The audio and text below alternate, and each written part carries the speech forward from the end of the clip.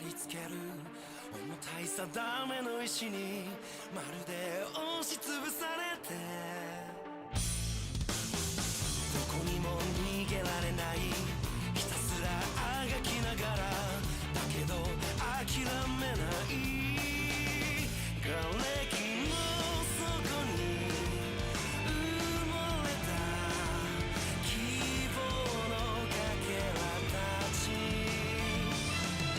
きっとこの手で見つけ出すさ世界を変えるために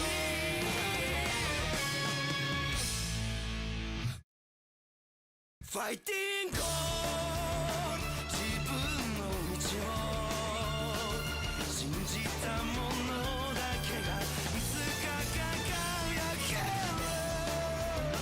命の限り神にも逆らい戦い続ける不屈の魂たちよファイティング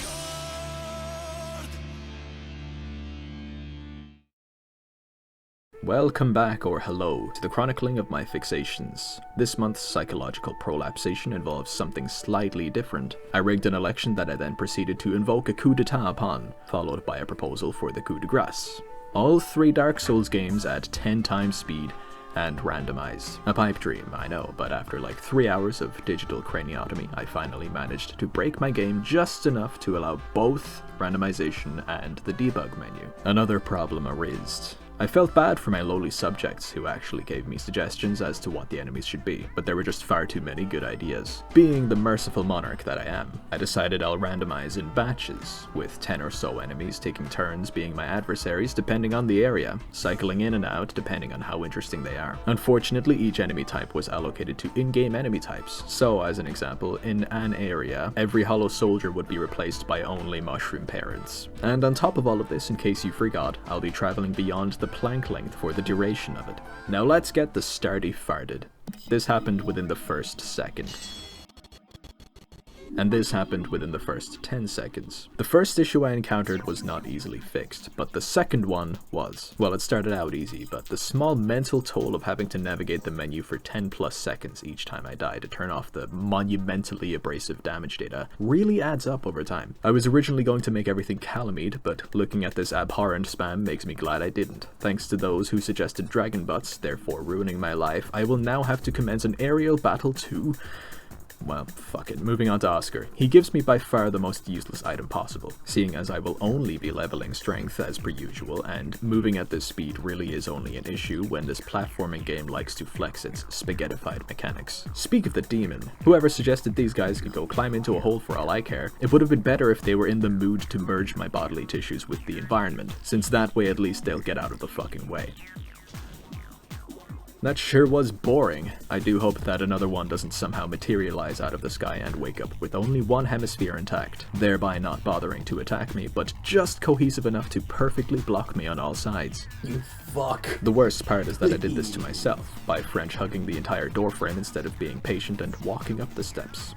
Get the fuck out of my way! A bit like this. Yes! One of my favorite parts of having 10 times the animation speed is that plunge attacks, for whatever reason, have 10 times as many damage ticks. In other words, if I ever have the wherewithal to do one, it's night-night for whichever civilian finds itself underneath my brick. Oh, what's that? You thought the enemies would be at 10 times speed too? I invite you to eat the encroaching brick. Skip to Dark Souls 2, wherever that is in the timeline, to form an idea of what exactly that would be like. Like I said, this is a platforming game, which doesn't mix well with moving faster than the camera, though that was my intention from the beginning. To unearth sections of the game that would otherwise be overlooked, were it not for my meddling, where the bosses are trivialized and basic things like staircases make me lose my shit. What you're looking at is the menu I have to navigate every time I die or see a loading screen. It gets old pretty quickly. The run was interrupted because I had to fix the randomizer again, and thus the debug. Again. Back to the run itself. Bone wields are the very essence of the challenge, so they will stay for every reroll of the enemy types, but the Titanite demons have already overstayed their welcome. I'll allow a final act of courtesy and brush my shiny bald dome underneath their ones. Yeah, I bet you hit like a truck. What? Oh my god, every time. Fuck you. Oh no, no. Yes. No, not again. Hi, fucker. As you already likely guessed, the mushroom parents are a fucking menace. So deadly is their presence that, totally not out of fear, but respect, I'll keep them to just Undeadburg. No, seriously, with no HP, these bulldozers will fuck everything to the 8th circle. By increasing my neurological output by a single neuron, I can make it past the blockade and into the arena, where I am greeted by fucking Calamite. Even if scaling is active, there is no chance of winning in the worst possible arena for this fight. Well, I could just knock him off. He's floating. I guess I'll reap what I sow. Before it even started, I crapped out and forewent having to obscure the damage data for the sake of sparing both 10 seconds and, well, not much sanity. Fuck it all. Fuck it all. Cue 10 minutes of trying to replicate what I can only chalk up to the juice of a first attempt. No. No! Fuck! I don't have the fucking patience with this. Yes! Definitely learned a lot from that one. Out of both courtesy and trepidation, I allow Solar to hand me his booty call sign, for who knows what kind of fucked up thing the randomizer has conjured up. In particular, bell gargoyles, for reasons I'll let you conclude yourself, though that isn't the conundrum that'll come to fruition in this run.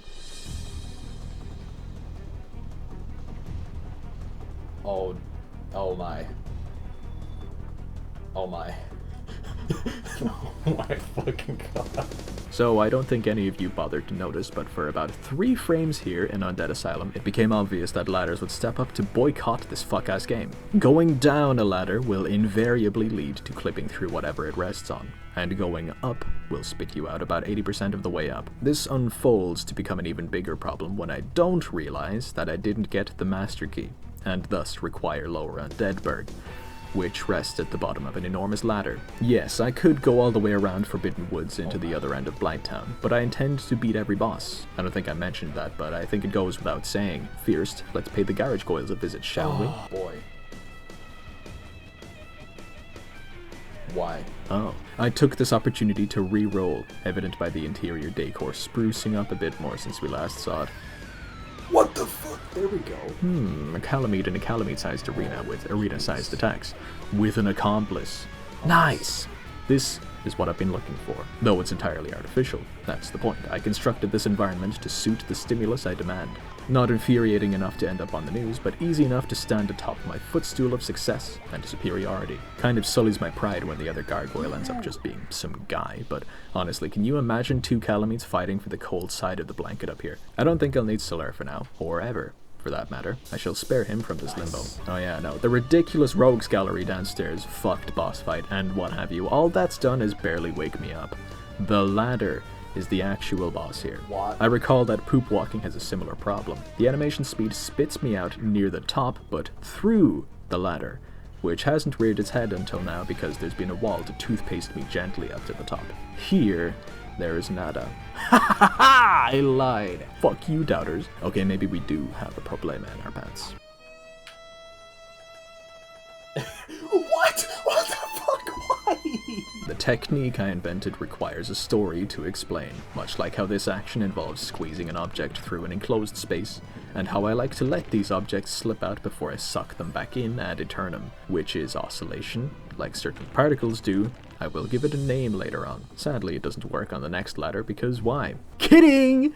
This technique involves just letting go of the joystick. So, on a more interesting note, how will I get these souls back? Calm yourselves. What one may perceive as a hindrance generally is one, but I will at least make it useful once or twice. This doesn't solve the larger problem. I ponder as I dump my souls into strength.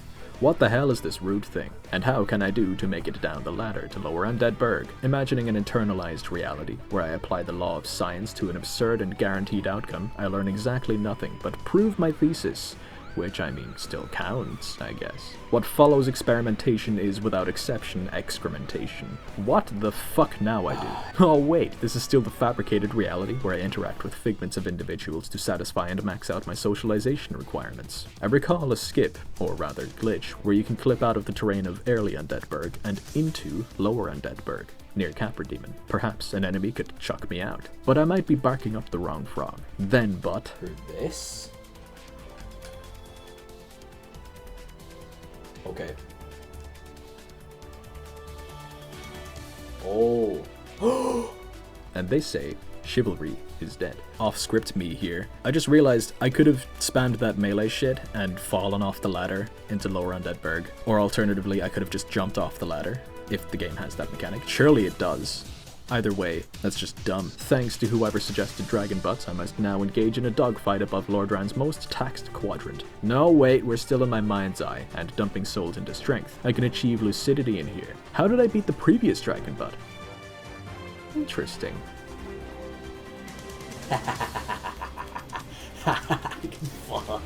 Past me was so chuffed, it began hopping and skipping away. I wonder what's next. Come on. What am I stuck in? Nothing good. What the fuck? At least that whole ordeal where I was toxicked by blow dart cunts, another gracious suggestion, and dying before the bonfire is past me now. Commence Operation Stupid Fuck. Stage 1, shit yourself in despair at a phalanx of another suggestion. Stage 2, spend ages swinging wildly into the crowd in the hopes of weaseling past. Stage 3. Fucking cringe. Is this not the right way to go? Stage 4, hit a drive-by on your spawn camper. Stage 5. Yes. I'm gonna shit myself.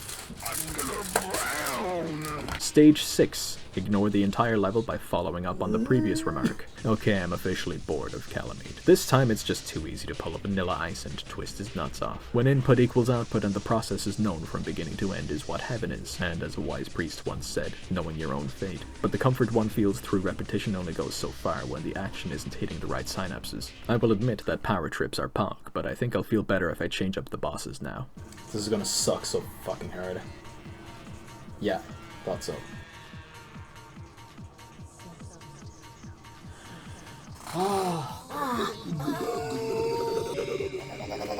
As I stated, this is a platforming game disguised as the best RPG of the Stone Age. As I stated, I have to repeat the process of increasing my speed and turning off aneurysms translated to text. As I didn't stated, I have to find new ways to confront unseen challenges, though I think we all knew what kind of purgatory was awaiting me here. Fuck off! I'm gonna die in fucking real life, man. I'm gonna fuck a wall. Fuck. Oh, sweet fuck. Death penalty.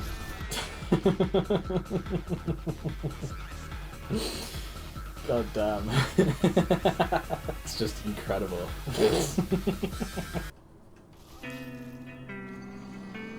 What is the point of anything? Thank you guys for adding chained prisoners. They're never coming back after this area. There's something uniquely painful about spending 10 times longer setting up your eventual and inevitable death. Either that, or I was just having a bad day. It was a short-lived experience when not counting the time spent in the debug menu. But even just watching it makes my blood boil. Even more so when the area boss takes all but 10 seconds to trounce. What is this fuck-ass game even about? Escaping Blind Town was no more fraught than it usually is, on top of Firelink doing what I forget it does every time you return from there, but as it stands... Dude, look at my fucking souls! I forgot to get the fucking Great Club! I will have to return to there to retrieve my one and only, my blunt boofer, my dearest. Luckily I didn't rest on Andre's couch and spend all of 2 minutes acquiring it. While I was at it, I took a detour to get the Grass Crest, where I come across a Dragon Butt and another chained prisoner. It really is time to re-roll, but unlike chained prisoners, bone wheels are eternal. Since I can outrun them and they are the very essence of abusing speed to surfets your enemies, they will stay. I'm not sure why it only clicked now, but Dragon Butts counted as bosses. And if the other half are just Calamite, that will suck, so I decided to toss that idea entirely. Or not. I wanted to tackle Parakeet just one more time, but as it turns out, any boss in here is likely to employ evasive tactics and escape the unguarded blender headed its way. With the power of Moonmeat Califly's health bar illuminating the path of most resistance, it dawns on me that I can use the disgusting looking chainmail armor to hamper my unbridled motor discoordination. I test this out on Havel. Why is that normal? For reasons unknown, backstab, causing me to phase shift back to normal speed. Fuck, I'm really getting sidetracked. And why the fuck haven't I re-rolled yet? And in what universe did I ever think this ladder would work? Oh, fuck it, man. I'm mad because in my notes it says re-randomized after Quailag, but it appears not. Chained prisoners make their grand return in Sen's fucking fortress. You all know what kind of hell awaits me. Oh wait, yeah, this is the one level where you learn to exercise caution. so it's quite easy. But the bonfire? Historically, in this run, I mean, tiptoeing near an edge has been shown to produce quantum banana peels, and the bonfire is in one such position. This is where I unveil another technique. By putting my controller down and lightly flicking the stick with my finger, I can edge the terrain in any circumstance. A significant drawback, however, is that putting the controller down not only makes no sense, but can result in an R2 and a wayward heavy attack, with predictable results. The rest of Sens maxes out at moderately annoying, and I'm sick of Sanctuary Guardian now. Please, past me, give us something new. And Orlando, infamous for its treacherous platforming, will surely sicken the most hardened of scrotes. This time we have enormous, bottomless dragons enveloping, well, everything when it comes to sight. Anyway, you can just walk straight through them. The archers section, which only sucks with archers, and the trees fell off on their own. The sentinels are crystal golems. Not much difference here. And the painting guardians have all been replaced by Nito. They also just fall off and die. Yeah, by the way, I had to reenact all of that, since the actual recording just looks like this, for some reason. I can't fucking see, there's a fucking golem in my ass. Also, O&S were the Hydra and the Red Drake. Speaking of, I figured I'd show something more interesting than fighting one. Let's try to guess how long it takes to reach the psychological dead end at this speed. Unfucking believable. Oh yeah! Oh yeah! Current POA, I'm sick to death of navigating this eyesore of a menu, so I'll do as many things as possible without getting reset. Place the Lord Vessel, get the doll, and beat 4 kings. This will totally work. Dude, all I have is fucking dragon butts. Maybe I need to fuck with the randomizer again. That's what I've been fucking saying! As it's still not computed that this exceeds the limits of coincidence? Whatever. Whoever is dying whenever I rest at the Lord Vessel gives me however many hundreds of thousands of souls. For why ever. Don't mind if I do. Might as well commit to the glass railgun build at this point. Next comes Sif for the ring I forgot I needed. Well, okay, Darkroot has become so completely unnavigable due to the Hydras and Quelags that I somehow ended up at Gaping Butt Guy. Nostalgic for sure, but it falls off again. Also nostalgic. I'll use this space to discuss my hidden ability. I am currently at 10 times speed, but if I press the left stick in, I gain the powers of flight. It also quintuples my current speed. The power of omnipresence is scary and confusing, so let's not continue at 50 times speed. Let's instead perform the mid-20s fugue step to somehow our way to... yup. This is also a recreation. Sadly, I missed out on ceaseless melting the cutscene like old times. The best I can do for you is this absolute travesty of a gospel session. What the fuck is anything? What is anything? An interesting thing I read in the randomizer was that the giant kitties, quote, want to return home, end quote. I wasn't sure what that meant until I witnessed them front flipping into the abyss. This time I have ghosts replacing skeletons, which I didn't think much of until I realized that I was going to the catacombs next. Genius, I know. The clown car of bone wheels preventing me from resting is what really set the tone though. The cucumber combs subverted my predictions to be the most traumatic area by far. What better way to enjoy the perilous terrain than to have bone wheels on literally every single corner? That's the worst part. It's the terrain, or, if you like, my own fault, that anything ever went wrong here. Since Vamos was a bust, I thought maybe the skip would be more worthwhile. I just forgot how to do it is all. The mental strain of this was too much, so I gave up on disabling the damage data to save 10 seconds and traded with whatever the fuck this all is. Because the level resets between deaths, I got lost and ended up back at the Vamos pit. And since I can't warp to the first bonfire, I tried backtracking, failed that, and came face to face with yet another ladder. Upon remembering it won't work, and ascending out of it, the game gives me its biggest fuck you yet. Nice! Cool, cool, cool. What the fuck?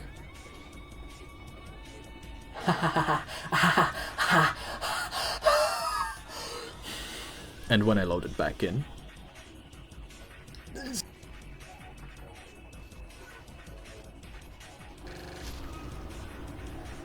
after just a microdose of agony, I do make it to Vamos' new apprentice. Barely. Oh. Inactive bonfire. That's so cool. This area just follows up each jab with a hook. doesn't it? At least Pinwheel should be easy, seeing as it didn't want to randomize. Did I tick or untick that Pinwheel Chaos option? Oh.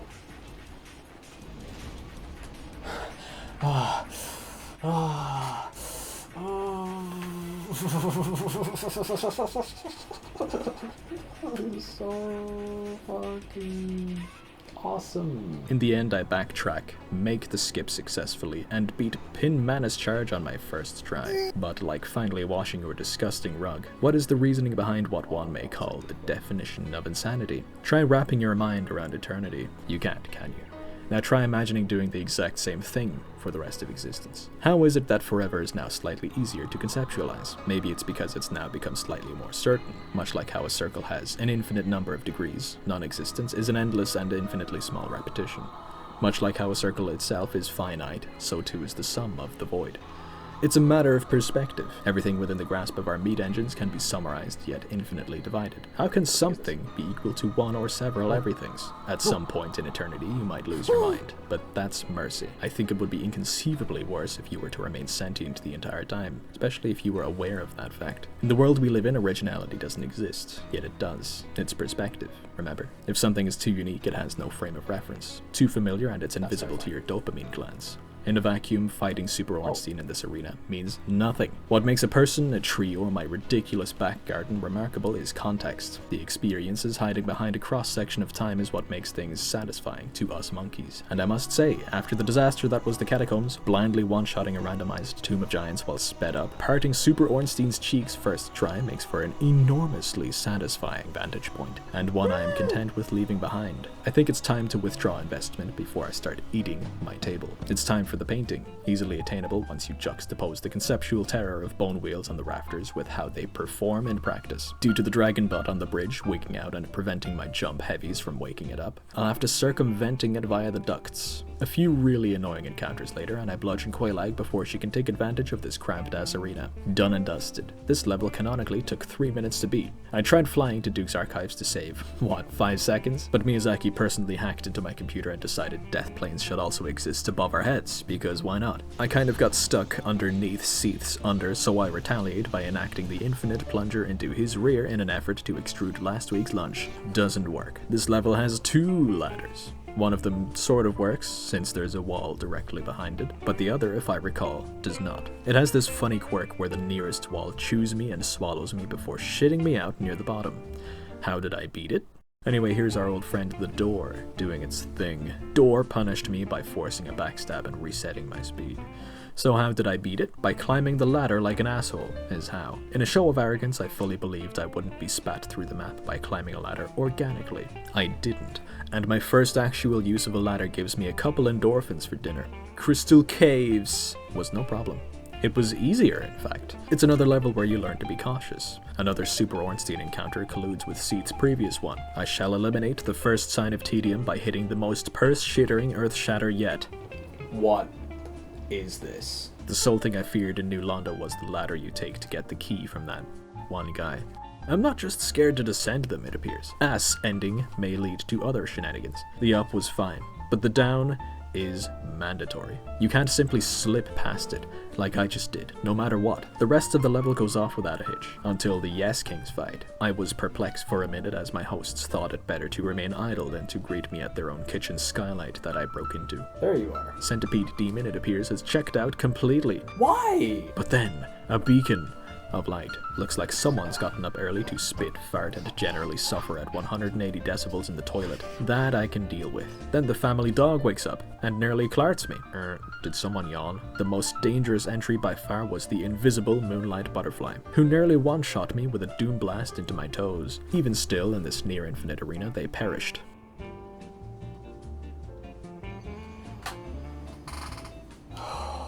So far, your introduction to each area has been me walking off the map, but you see, those were my introductions to them too. Cruel and unusual veneering aside, I realized that I had somehow forgotten the orange charred ring. Did I get the ring? I never got the fucking orange charred ring. Where the fuck is it? Where the fuck is the orange charred ring? Oh, dude. I know. I even beat Ceaseless, but I don't have it. This was bad. I was panicking hard. How could a savant like me, whose special interest is avoiding stepping on cracks, and who hasn't leveled health in this game in years, make such a juvenile error?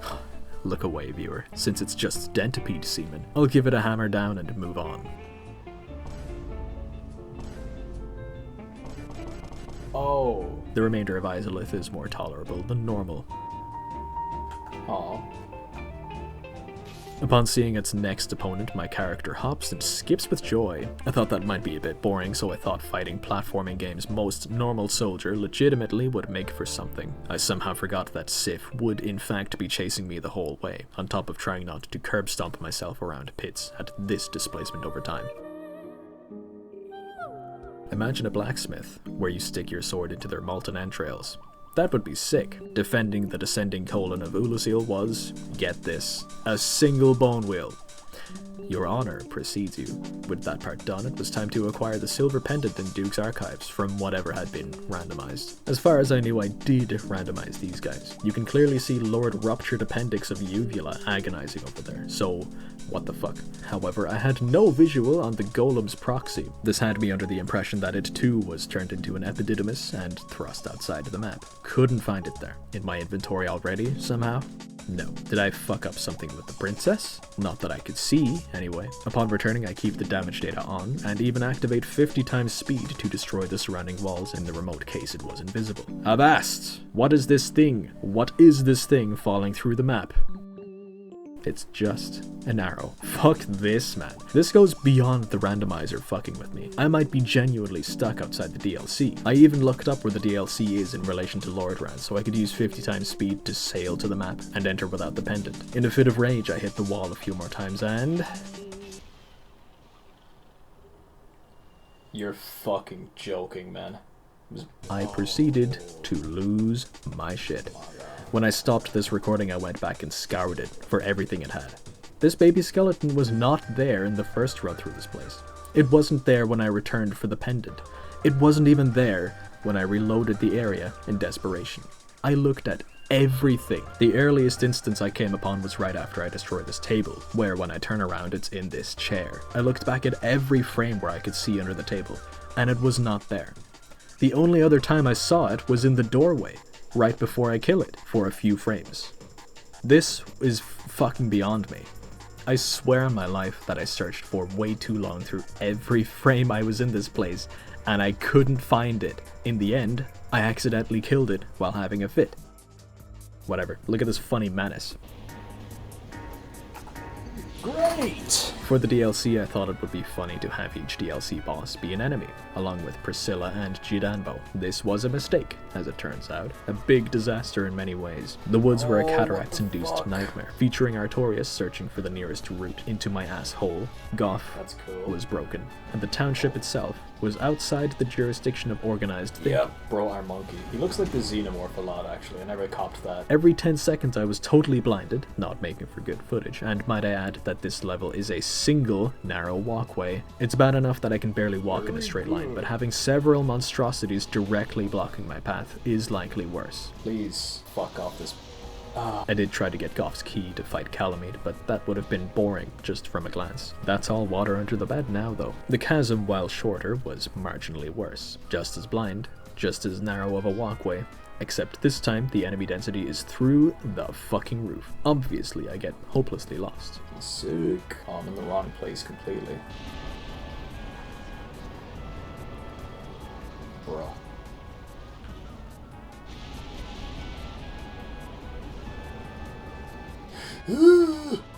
Come on! Come on! Come on! I found it! I found it! Yes! Yawn! It's fucking Calamite again. I should have thought of a more creative boss for this. I don't know what I was thinking. Maybe that I would fight the wrong DLC bosses in their respective arenas? Who cares? Let's crack Dusk's melon open to close it out. If you were wondering how easy Manus is at this speed, it is yes. It is indeed easy. My condolences, my precious little monkey. Behold. You know, I never actually tested out reverse speed. Why? I'm actually permanently broken. I can't fucking beat the game. Oh. I can still move up and down, somehow. Oh. Yes! I'm a fucking genius. On to Dark Souls 2.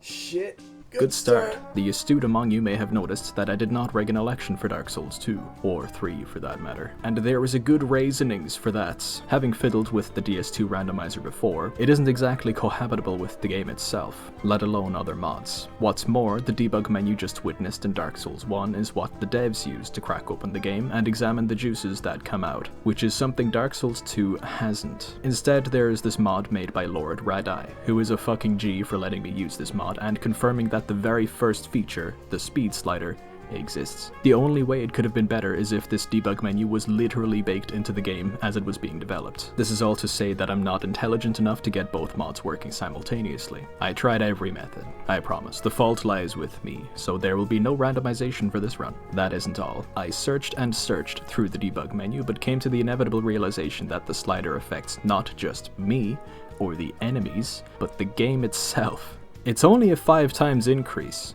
but seeing your game load 5 times quicker is a terror I never want to relive. The loading is quick. That's dangerous. Earth's density will pull you 5 times stronger. Snoozefest bosses become gods of destruction. The humble bow and arrow becomes a golden scar, but I didn't know this. I'm glad my moronic inclinations to the tune of I should just type in 10 instead of 5 tend to not work out. There's no, like, individual animation slider. No. Getting there, buddy. Oh wait, the max is 5? Okay, well, I think that's fair. You have no idea. Within 30 seconds, the majority of the game engine gets bent over and spanked, complete with sped up cutscene with no audio. I can't hear it. Oh, okay. For this one, my pride will unfortunately have to follow suit. There's no fucking way my tongue will remain in one piece if I don't max out HP ASAP, and ADP of course, since its co-disciplinary nature gives you HP along with iframes. Bending over slightly more now, the totally just roommates bid me an intimidating farewell while I struggle to two-hand my axe. I soon figured out that you physically can't two-hand weapons at 5 times speed. Bending more to just within eyeshot of your own back, we now come to the single most annoying aspect of firmly persuading the physics engine. Walls are made of glue and so am I. And I apparently just sniffed an entire packet of Gorilla because navigating, well, the game is like pulling around the magnet you just ate. Over at the well, we get our only Estus shard. Yeah, the only one. Sticking around to explore levels is really not on the cards tonight. In fact, I'm just going to try to beat the game as soon as possible before it's too late for me. There are 41 bosses. I think the base game will be enough. Nothing I can do. Oh my fuck! From the enemy's perspective, they aren't moving at 5 times speed. Fuck that, man.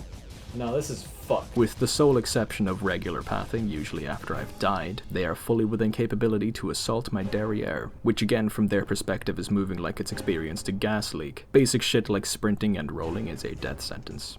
There's always the Dragon Rider cheese though. What can I say? The game thinks I'm holding the stick down 5 times longer. I'm gonna cry. Hades Tower is a bust. This gate speed improvement is the tops. The one place you don't want to be statically walking is FFG, but I wasn't subjected to that realization just yet, seeing as I successfully waddled to the first checkpoint. The top priority is securing Melentia for the infinite life gems, as there is no hope for anything, let alone acquiring Estus shards. Commence the pseudo training arc. Now I need to learn how to navigate this game at such unruly speeds. If I fuck up at any point even once, I get my head stuck in a blender. If I touch a wall, I'm stuck for good. Refer to the previous point. If I don't preempt my path and hit the apex, refer to both previous points. If I turn too quickly and break the camera, refer to the previous 3 points. Doing all of this in sequential order makes me feel all warm inside. Like I mentioned earlier, idle enemy AI seems to break down at this velocity, and seemingly also when they aren't actively swinging at me, which I can use to my advantage. As long as I'm just out of range, they're braining themselves off the terrain just as I am. In no time at all, we make it to Last Giant. You saw it with Dragon Rider already. Imagine, if you will, an attack that takes an entire second to deal damage. That's glacial. Divide that by 5. It's now 200 milliseconds. This is also the giant's slowest attack, and the slowest in this game, by far. My reaction time is this. At the very best of times I can barely react, and it's the slowest boss. I know, maybe I could beat it with enough HP and damage, but this is the start of the fucking game. So as a middle ground, I decided 4 bosses only to set the game speed to double. The mitigating factor this time is that I still suck terribly at this game, so I just beat it normally. Listen, I have 3 games to get through and the bosses aren't the interesting part anyway. At least, that's my copium to keep my ego intact. Dragon Rider, on the other hand, was absolutely possible to cheese if I just timed it right. I did try, but it made my chest hurt. The levels themselves, on the other hand, are something I will apply myself to diligently, without altering the game's speed ever. By the way, this footage might look a little deep-fried because it doesn't like being recorded normally, but it's good enough to document the first gridlock in all of its glorious detail. I wish I could take back my promise. The intermediate dungeon was a nothing. Duh, but my oh my is the wharf a sticky pair of pantaloons. The majority of the level is a rickety-ass dock, flanked by either fatal or non-fatal water. Even if you survive, you'll be reduced to atoms by the nearby soldiers and sword guys. Especially the sword guys. Since I'm tiptoeing around to avoid falling off, which happens anyway, the archers are farming my face at all times. In an effort to dodge them, I end up careening off the edge pretty much every single time I try, so I'll just have to live with my new piercings. After 20 tries, the closest I got was swiveling around this set of stairs instead of fucking using them like a normal person. I blame the fact that there aren't an even amount of steps, and that's like 10% of the distance I have to go. In a sudden breakthrough, I get to the 90% mark in a case of juice. In other words, flow state brought on by new stimuli. The bell I need to ring is right fucking there, but the super glue covering the walls and my entire body get me my own bell rung. As is the case with juice, once you've used it, you suddenly suck at fucking every single step of the process that you've just learned, along with the new steps that you lucked out on the first time. Fuck this shit. And the third bell, awakenings. Now to just make my way to the shortcut.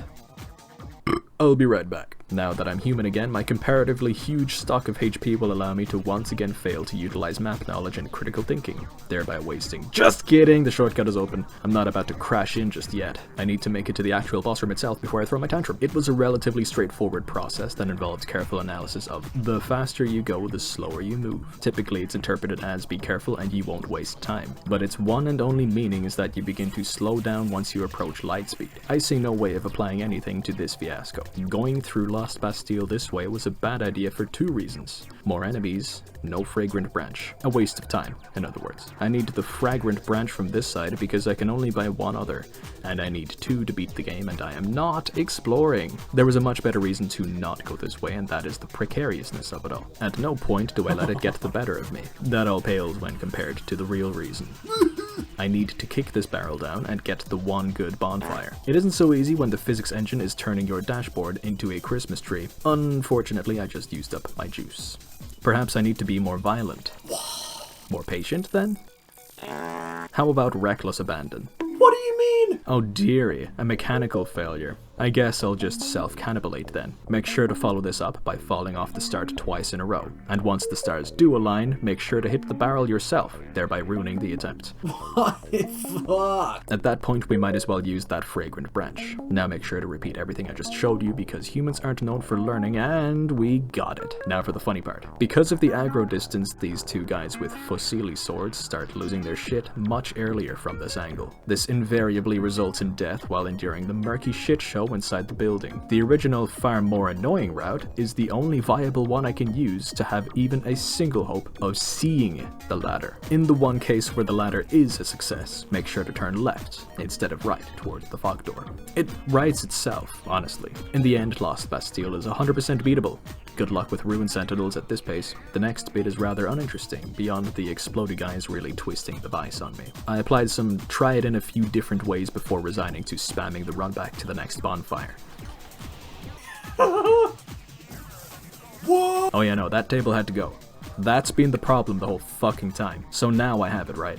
Good thing straight bonfire requires a fragrant branch. No! So no, I don't quite have it. You may not have noticed until just now, because I sure didn't, that Activate Windows has made its way into my recordings. I think Past Me did that to prevent deep fright. Sinner's Rise is shockingly easier than it is normally. You can count me out of gargoyles for a myriad of reasons, chief among them being I already wasted too much time doing Wharf for zero benefit. The number one complication is not the speed of bosses. In reality, it's the primal bonfires that don't like me at the speed. I could farm the Rotten for however many souls to avoid that rubble in the woods, but at that point I might as well just set the speed slider to 1. What do you fucking mean? I just rested at a bonfire and I didn't get the health back. I didn't rest at the bonfire is why.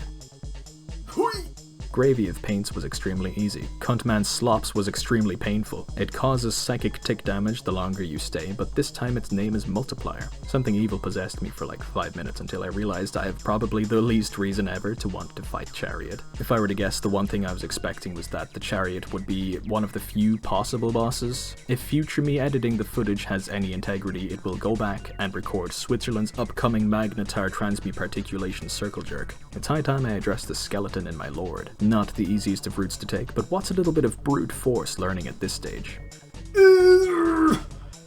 Wrong way. Oh my god. Oh well, I got to Skeleton Lords, so on to the next area. No! This video is sponsored by Robertson Sons Farm and Feed. Make sure to insert discount code SWALOW for 100% off your bulk order of male horse milk. Infinite rats are one thing, what with are no chancing of victory, but the skeletons on the other metacarpal is very possible. How weird! My health bar has been obfuscated. Anyway, behold as I explain to you something I completely made up. Outlier number 1 is that the game speed is quintupled, but we already know that. Outlier number 2 is the skeletons that spawn from the lords have broken AI. I know these two things are related, I just don't know how. Maybe spawning in 5 times faster gave them something between whiplash and internal decapitation. Wait, there's nothing internal about it. Look, even their heads fell off. Thesis complete. If I had been a bit more careful in my approach instead of resigning myself to my fate, maybe I could have beaten them first try. Instead of continuing chronologically, let's continue contiguously. I'd rather this than the next 6 sentences all being non sequiturs pertaining to completely unrelated areas, as I seems to like doing. So this segment will be Earth and Iron Peak Keep. Next will be the Gutter Rotten, and we'll use the Seldora pipeline to get back on track. First comes Earthen Tweak. Strangely a lot easier to navigate were it not for this guy, and the next guy, and the guy after that. Let's get an instant replay on that. As a reminder, my inputs are interpreted as taking 5 times longer. Thus, instead of rolling, I sprint repeatedly into this phase and perish. You all know what's coming, and you're all goddamn fucking right. If there was a single boss that was easier this time, due to it now simply taking less time, and the only one improved substantially, it would be Covetous Demon. For this, I gave it the honor of appearing in the intro.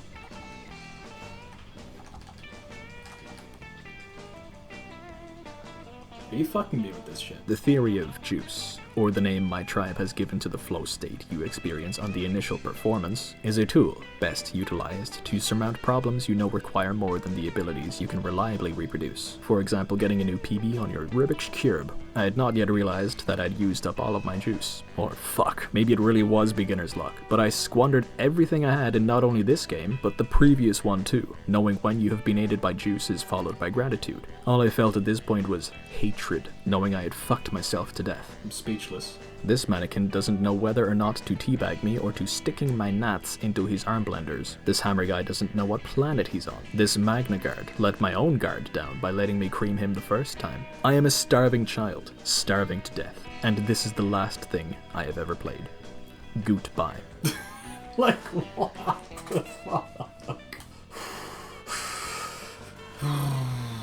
This is unbelievable. What's left of Special Peak is an afterthought, unless you want to go fuck yourself by somehow burning the windmill, which I tried in vain. You're invading my fucking screen more than anything, man. Why should I even detail this shit? It's so unbelievably fucked as is in Scholar Edition. What do you think it'll be at this tempo? Well, for the first building, it's actually easier. Remember back in Forest of Fallen Giants, I told you how enemies struggled to keep it together while not attacking? The Elan Knights are out of their minds now. The first one, for example, runs so fast at me that he overshoots and ends up back in Earthen Peak. And the next. and the next, and the next, and before you know it, I'm ass deep in molten steel. To get to this point is what I can only describe as total depersonalization, followed by partial derealization. It's a little more than hectic, and I'm a little less than gruntled. The closest I ever got to using my brain was using life gems to simultaneously heal and turn the corner slightly slower to get onto the raised platform. And no, it didn't come even close to working. Not even a half-farted attempt at taking it patiently yields any produce. Oh, but this is what I wanted, right? Repeat an action endlessly because somehow it's therapeutic. According to my actions thus far, the line between meditation and insanity's very definition is rather thin. Upon realizing that I would have to spend an entire day grinding down this problem, only half of which I have even seen with my own eyes, I proceeded to shit myself in anger and achieve my way through the entire level. Ow, you should just smell my fucking hair. I know none of you even thought that smelter would be a good idea, but let's shoot a glance on what that would be like. As previous statement, it's time for the gutter. What could possibly go wrong with negotiating decrepit platforms in near-blind conditions while dozens of errant centrifuges fixate on potential new locations to penetrate me, as if the enemies were my greatest hindrance at any point. The power of context grants me great satisfaction, as much as it imprisons me by allowing me to convince myself that this is some sort of dilemma. In an act of self-service, I can believe that the mundane is really a great achievement if I bolster it with the right backstory. Maybe I should try doing the opposite for times where I start wondering how good my eyeballs might taste. I can get a pretty good grasp on how they're probably kind of salty and oily, like butter. The mind superimposes missing information to satisfy the discomfort of not knowing. That's why it provides past data to aid in completing a certain task. Because why do something if you don't know why you do it, if not for a reward? Maybe that's why it does so even in times of great distress, which obviously is spending half an hour repeating something mildly inconvenient. Superimposing purpose on inanity would be nearly impossible if the only thing that awaits is the same activity. It would be an inhuman existence, as we tend to give ourselves meaning by making the most of our limited time. Would whatever that is be equipped with memories of a past life? If it only had memories of the sole action it has ever performed, it wouldn't constitute as memories at all. This is why I cling to the unconfirmable experiences that brought me here. The things that make me who I am. Dude, what? But for all I know, I could just be a subject of Boltzmann, a consciousness isolated in space, living a reality that only exists between its own synapses. It wouldn't be any different, would it? All you know is what your own brain conjures up and feeds itself. If you and this brain existed, assuming two identical beings could occupy two different spaces, there would be no difference in how each one perceives anything. In the end, I beat the gutter, learned absolutely nothing, and never got the reward I am always looking for.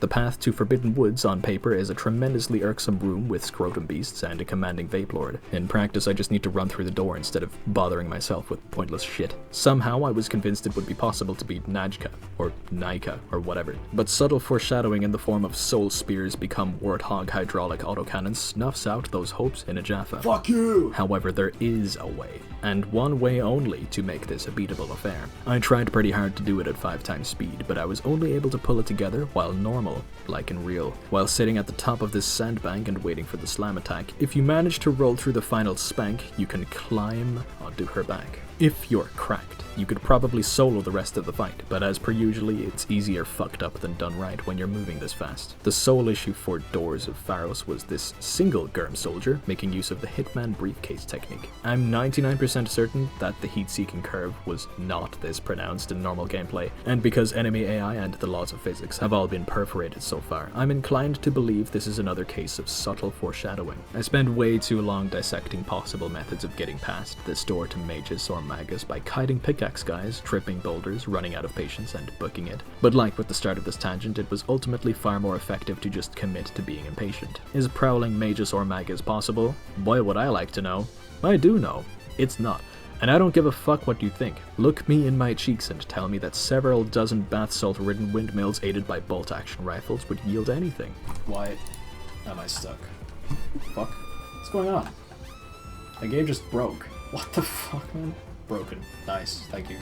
Anyway, the latter half goes by swimmingly, with few exceptions. No, really. Sand swimming was the extent of my suffering, since I refused to engage with such cheeks as infinite burner fingers. It should be fucking 4, man. Oh, fuck me. Did I accidentally just consume it, man? I didn't pick it up. With that crisis avoided, let's tackle Drang Lake. Honestly, at this point, maybe the environment doesn't have glue. I just stink at moving. If you are intelligent or have played this game, mutually inclusive by the way, you'll remember the sheer distance between this bonfire and the next. To avoid causing any more reason to come back as a vengeful spirit, I lock in and learn the run back to a triple T. Of course, this requires making a mess of it enough to making an easy of it. There you go. There's the moral of the story. You can close the video now. It took me over a minute the first time, but I whittled it down to exactly 27 seconds. Try beating that, fuckers. If ladders stopped functioning at this speed, I think I would have just quit right here. May chaos rend your flesh. Get this successful before the juice runs out. Drang Lake proper had me thinking about sprucing up my interior decor. The Panta is great, but how could I improve? I'm thinking white 1x1 meter pillows on the walls, and bright lights. Then all you need is the fun jacket. It was a bad case of stoppable force meeting hundreds of literally immovable objects. What is with terrain and gluing my character model's face to it? Bite into everything I walk past? I think it's high time I sniff some. Yes, so easy. Maybe twin dragon riders is possible. This next bit, with the two mannequins being necessary to start the elevator, was akin to the slam balls and door hypothesis, swiftly carried out by yours truly after the 30th attempt at escaping the reincarnation of Senbon Zakura. The AI not being able to keep up with its own speed gets reinterpreted as Flash stepping behind me and carving their couple's initials in what they see as a tree, since I can never react in time. The ghost in the wall had long been removed by the 15 deaths mechanic, yet I was seemingly no closer to getting that elevator to work. If you observe carefully, the elevator had started working by now, which I somehow didn't notice or connect with the real world, since I was deeply intoxicated by my superimposed reality by this point. That didn't stop me from spending another 10 minutes eating bricks. I didn't need to do that. I just realized. Mirror Knight's weird bowling balls were erased for some reason. It's not reason enough to make it in any way feasible though, especially if someone happened to evade me. There's something about this game in particular, mayhaps the in-depth and active PvP scene, but I believe the average DS2 invader would adapt to 5 times speed and purge my digestive tract regardless. How was that so easy? Yeah, weird. Let's not kid ourselves. This was going to suck. The hardest. I've mentioned that while aggroed enemies are useless, they become the fucking Grim Reaper once they start attacking. Quincy arrows have become supersonic fully auto railguns, and we saw that the tracking is now 5 times tighter. I've been having a tough time meandering through levels, so I don't sprint, to spare myself, much to the joy of the Shrine's Olympic sprinters. Pitfalls at every corner, walls and hidden sauce gremlins strewn about in my direct path, and a very distant bonfire past a fog wall surrounded by all of these. I was fucked. There was no winning. Humans are so obsessed with faces that we recreate them in disturbing ways. For example, cars are some sort of tetrapod with a huge grimace, because controlling an animal's nervous system to travel at high speeds is more relaxing when you think it's cute. Building facades are gigantic disembodied heads with hundreds of eyes, and we just love to be eaten by doors. Children like to etch faces into their food, because somehow that makes it easier to consume. Terrifying. It's just a facet of our obsession with patterns. Recognize them and repeat them, meld them with others and repeat those. I have descended into such a state of utterly deranged problem solving that I push the envelope to degrees unforeseen, because that's somehow fun. It is, really, but should it be allowed to get to the point that I need to personally eliminate every single enemy in Shrine of Amana 15 times in order to safely make it to the fog door? How? In what way do I win here? Oh yeah, no, the problem is the ring I didn't get in Hades. Yeah, fuck it.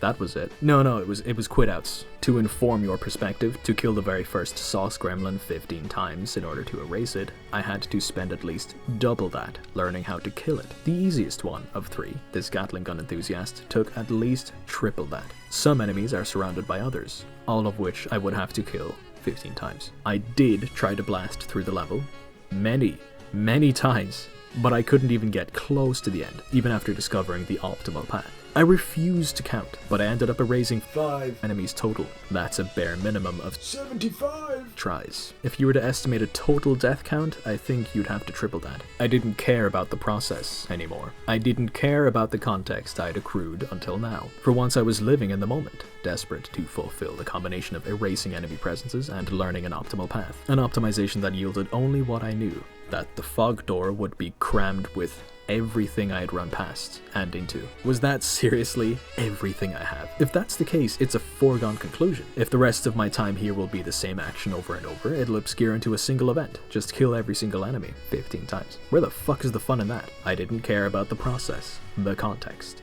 and now I didn't even care how I got to the end. If the safest option makes it a foregone conclusion, it proves that playing the game for its own sake is meaningless. Repeating the process itself is meaningless. I wanted the gratification of having it behind me. To surmount this, while sticking by my convictions and rules, what I wanted was to win.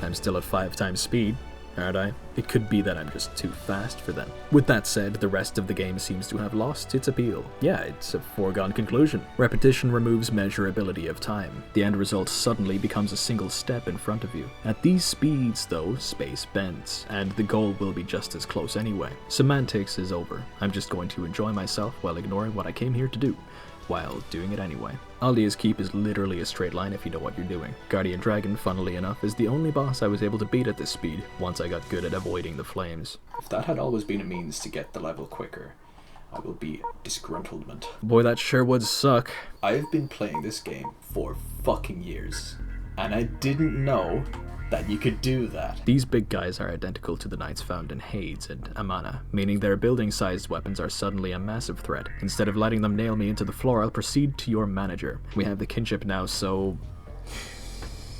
yeah, that's all I have in store for Dark Souls 2. Everything after Amana was beyond easy except for the bosses, which I can't beat. More importantly, this section is now as long as the previous game. Interpretative ending. Imagine what the rest would look like yourselves. Fuck you. On to Dark Souls 3.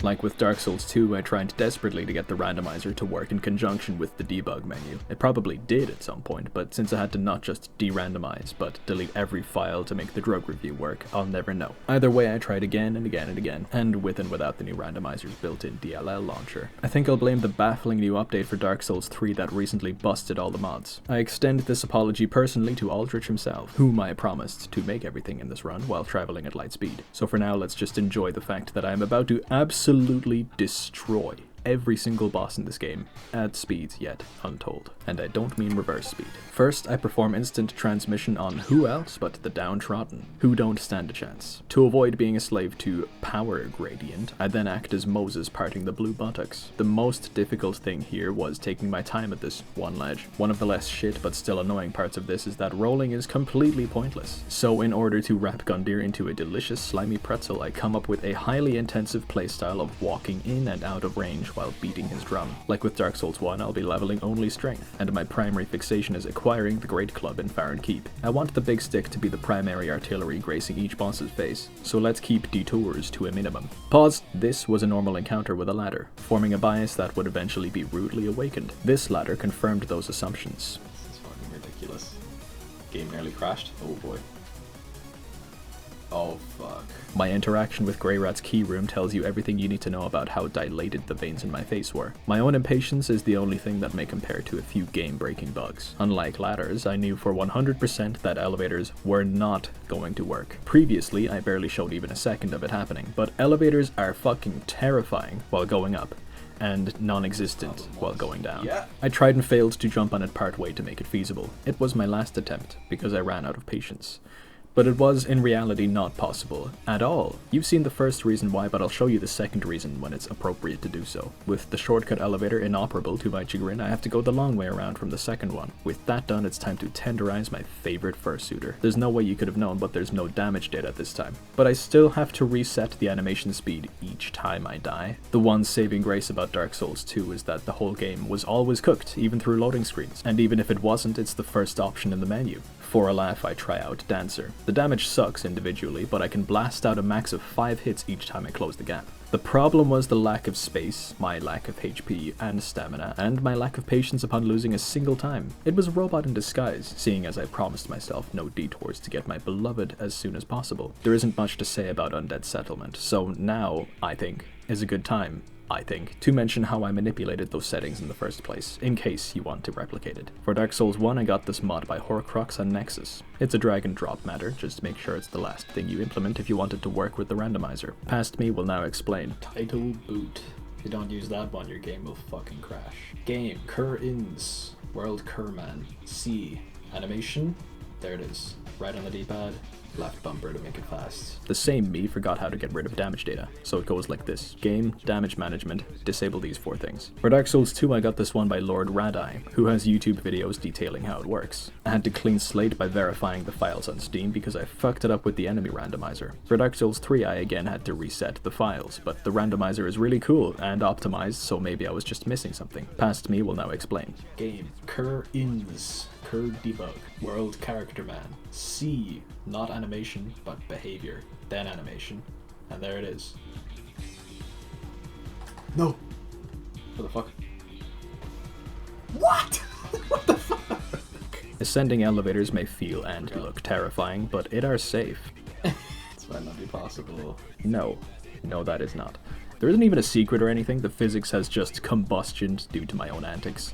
Doesn't stop me from trying what already didn't work. Only this time, I'm convinced that something else might happen. This went on for way too long. For these mandatory elevators, I have to turn down game speed. Tragic. Invaders don't stand a fucking chance against my delayed riposte, nay, rear post strike, or what I like to call my neurodivergent fist. It allows me to perform a one-man tag team on any number of foes, and pick up the clonker before the remaining pleb even hits the ground. Thankfully this time I'm allowed to two-hand. Did I mention I had to spend most of Dark Souls 2 one-handing? Fucking sucked. The big stick is more akin to a weapon of mass destruction than its namesake. Doing some simple maths, it goes from idle to behind my head to inside an enemy's torso in 4 frames. Assuming there are 60 frames in a second and winging it on the displacement of the tip in an arc, that's a swing going at 188 meters per second. That's 676 kmh, or 420 mph. I was so happy when I saw that mathematical outcome. Just jumped out of my fucking seat. This is comparable to being hit by a bus several times per second. It would also catch fire immediately. I wish I'd used charcoal resin so I could LARP accurately. It isn't quite sonic boom speed, but it fucking sounds it. It was in my ass. All along. Wait, looks like I forgot. Yeah, that. Cathedral of the Peak was little more than an inconvenience, the sole one being the elevator out of commission. What would be a marathon crumbles easily under my power. No! Weirdly, so does my moveset. At this speed, my light attack hitbox just stops working normally against certain enemies. It worked half the time with dogs and Crystal Sage, because their hitbox is wide. But against deacons, it does more than not register as an attack. It makes it so that any damage that does go through isn't even registered on the fucking health bar. This was bad. If you've ever fucked around against this boss, which Miyazaki knew people would do, they insta-kill you with a max meteor curse. If I didn't figure it out quick, I've had it.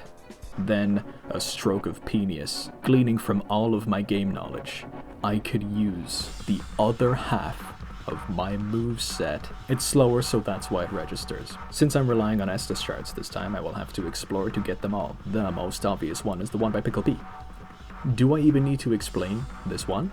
Let's just go fight some bosses. Rude Awakening number 1, if you slide down the ladder, you get shot out of the map. Wow. Only with certain ladders though, since I evidently did lots of that in High Wall. So I devised a technique to jump off near the bottom instead. This animation is also at 10 times speed, and in no way could ever go wrong. I immediately forgot to do this at the very next ladder. No, I'm in the ground!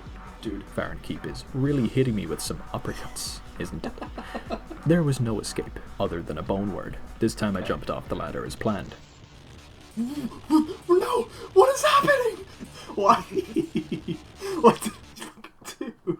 To summarize, I can't trust ladders to reliably behave on either the Y or X axis anymore, giving me paranoia oh so debilitating from that point forward. Instead of just stepping off the ladder like, oh I don't know, a normal person, I tried again as if I already forgot. Thankfully it works like it should, kind of. I may have 7 heals and the fabric of space on my side, but Abyss Watchers is a gang fight.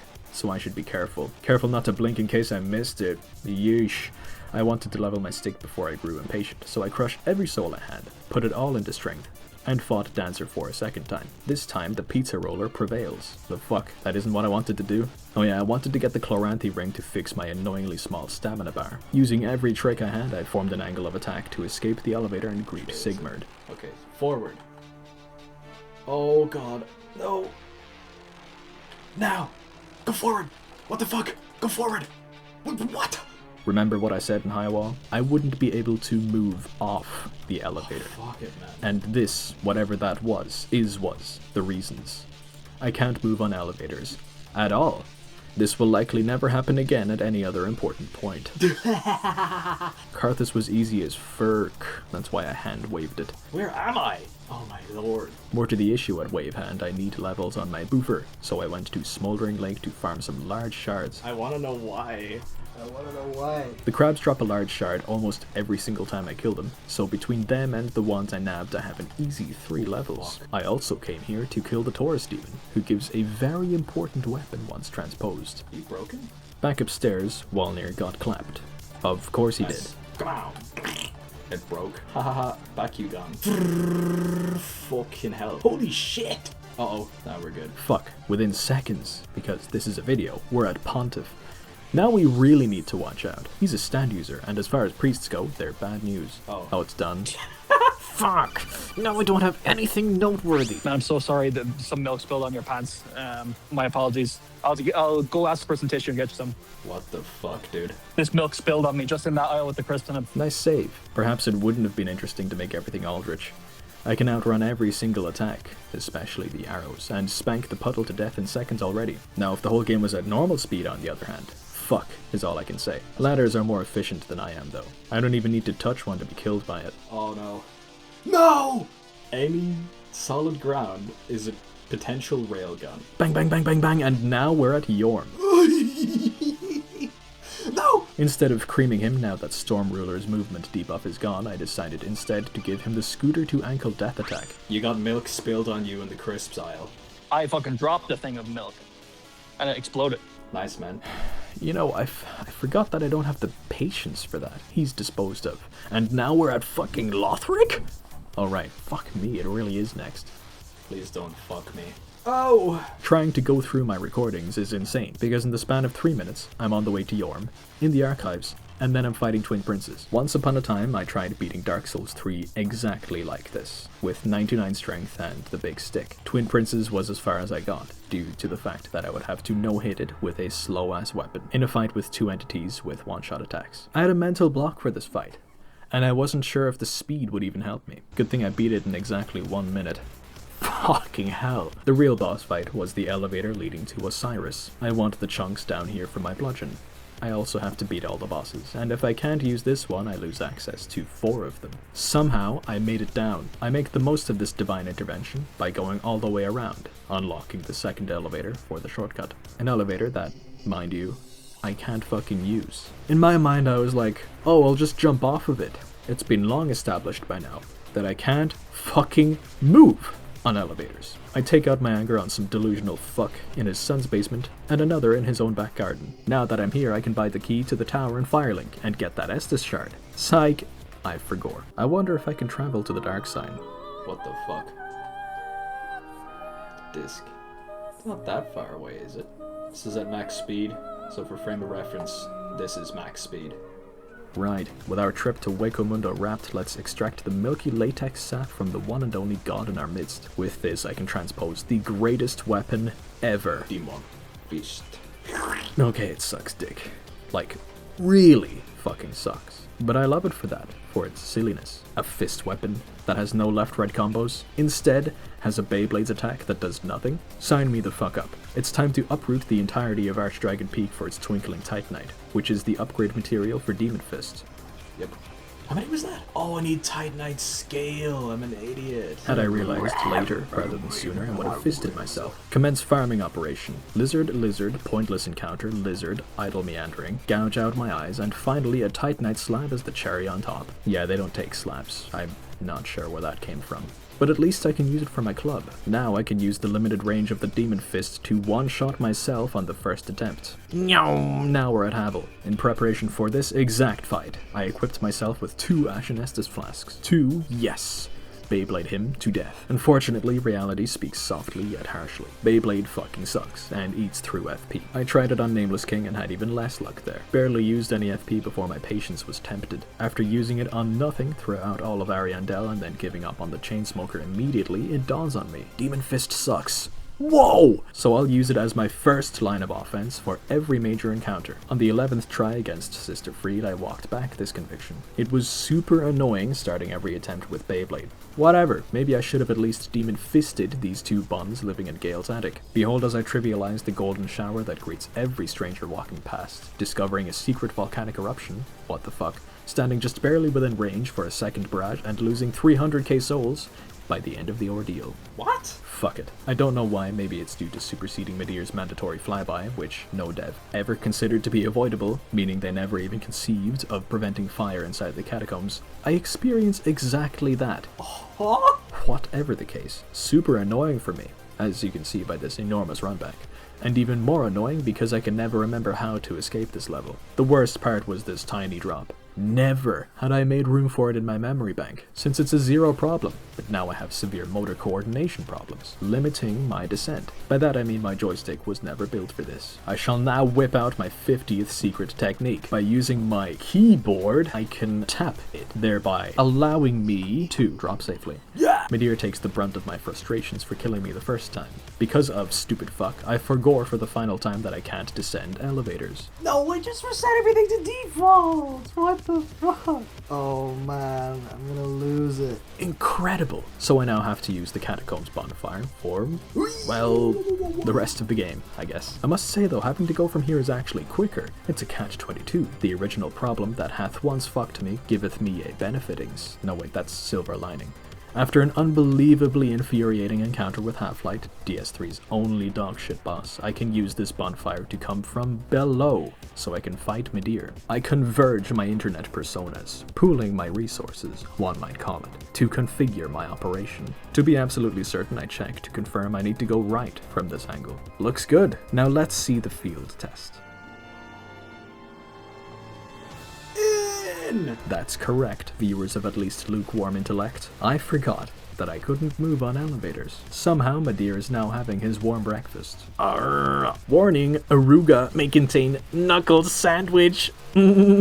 As per usually, I ran out of patience before I ran out of FP, clubbing his ass instead. Midir wasn't a fan of this. Somewhere along the way I got the Chloranthy ring. While editing my ring selection, I did think, hey, these might come in handy, but I think instead I should have been thinking, have I gone the entire game without using these? I then forgot there was a ladder. For someone possessing none of the cells I had when I was born, I sure don't change. Maybe since I'm inhabiting the same space this whole time, completely unbroken, new cells were naturalized and saturated with the odd behavior of old neurons. Nah, that's a misconception at best. The highest turnover rate for brain cells is the hippocampus, or short-term memory. You are born and die with the majority of the same neurons, silly. Unless you do what I do and actively seek to destroy them. Anyway, it's time for this continuous emergent product to close the lid on this stinky jar. What can I say? I clobbered the cunt. Did I use Demon Fists? Didn't I? It's a great mystery. Good start.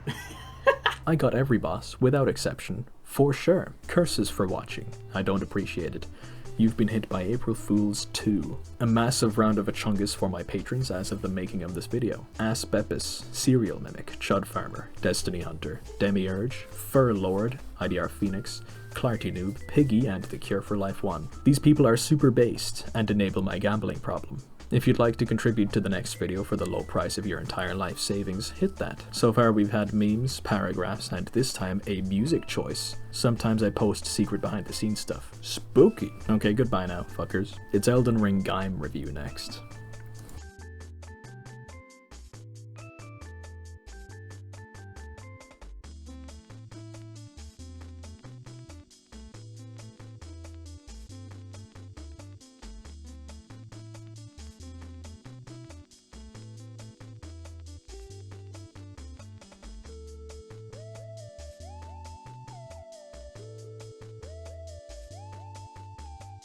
This is my objective. Open! Is the pot away? It was. That's pretty cool. I'll break this fucking game one way or another. Right, apartment trashed. I'm ready to go. Is this meant to be Toronto? Please, have a seat. You must have a bath, my son. Yippee! Drink up. Sit up. I'm sick of you. Shave yourself again. Going over the top. Good job. Robot dog. It's like undead bird. No way, second child. Well, I've got too many kids. Oh my... These are cool. Oh, fuck. Suddenly must go to school. Bad game. I'm being scared by fucking everything now. Is this a horror game? Yeah. Fuck. The Amnesia devs. They only make horror games. Yeah. Oh my fuck, dude. I was not expecting a horror game. Nah. I can't fucking deal with this. Leave me alone. Ah. Ah. What the fuck, dude?